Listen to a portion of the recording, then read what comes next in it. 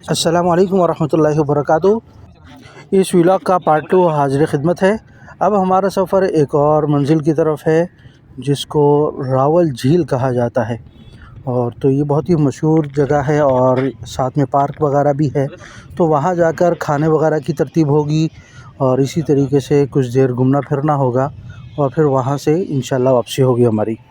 اسلام آباد دارالحکومت ہونے کے لحاظ سے ذرا خوبصورت بھی ہے اور صاف ستھرا بھی ہے، اگرچہ آج کل اسلام آباد میں کافی عرصے سے بارشیں نہیں ہوئی، لیکن اس کے باوجود آپ کو کچھ نہ کچھ سبزہ ضرور نظر آ رہا ہوگا، اور یہ کافی ہے کراچی کے مقابلے میں، دیگر شہروں کے مقابلے میں۔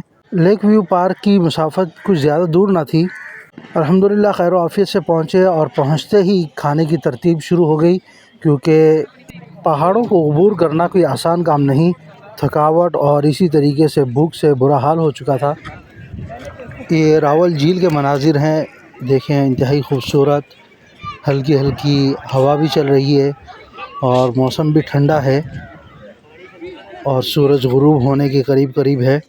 اگر تھوڑا سا ویو خوبصورت مل جائے تو خود بخود سیلفی اور تصویریں لینے کا دل چاہتا ہے، تاکہ یہ یادگار ہمیشہ ساتھ رہے، کیونکہ یہ ایسے مقامات ہیں جہاں آدمی روزانہ نہیں آ سکتا، کبھی کبھار ترتیب بنتی ہے۔ یہ جھیل کی گہرائی اور سامنے آپ کو عمران خان کا بنی گالہ بھی نظر آ رہا ہوگا۔ یہاں ایک کشتی بھی نظر آئی، اور اگرچہ باہر ایک بورڈ بھی لگا ہوا تھا جس پر باقاعدہ دفعہ 144 نافذ کی گئی تھی کہ کشتی پر بیٹھنے پر مکمل طور پر پابندی ہے، لیکن بہرحال ہم پاکستان میں ہیں، یہاں اس طرح کی چھوٹی چھوٹی پابندیوں کو کوئی بھی سیریس نہیں لیتا۔ بہرحال یہ تو ہمارا معاملہ نہیں ہے، اور نہ ہی ہماری چاہت تھی کہ ہم کشتی میں بیٹھیں۔ کچھ تصاویر بھی لی گئی جو پیش خدمت ہیں۔ ولاگ اچھا لگے تو لائک، شیئر اینڈ سبسکرائب لازمی کریں۔ ایک دوست فرید فیصل صاحب جن کا کراچی تحصیل ٹاؤن سے تعلق ہے، ان کے ساتھ ایک سیلفی۔ پارک کے درمیان کے مناظر کوشش کی گئی کہ چاروں طرف سے آپ کو دکھا سکوں۔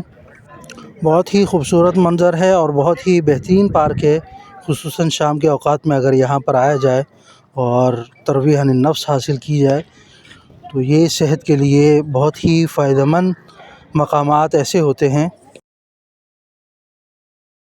پارک میں مختلف ایکٹیویٹیز کی سہولت تھی، یہاں تک کہ بچوں کے لیے جھولوں کا بھی انتظام یہاں پر موجود تھا۔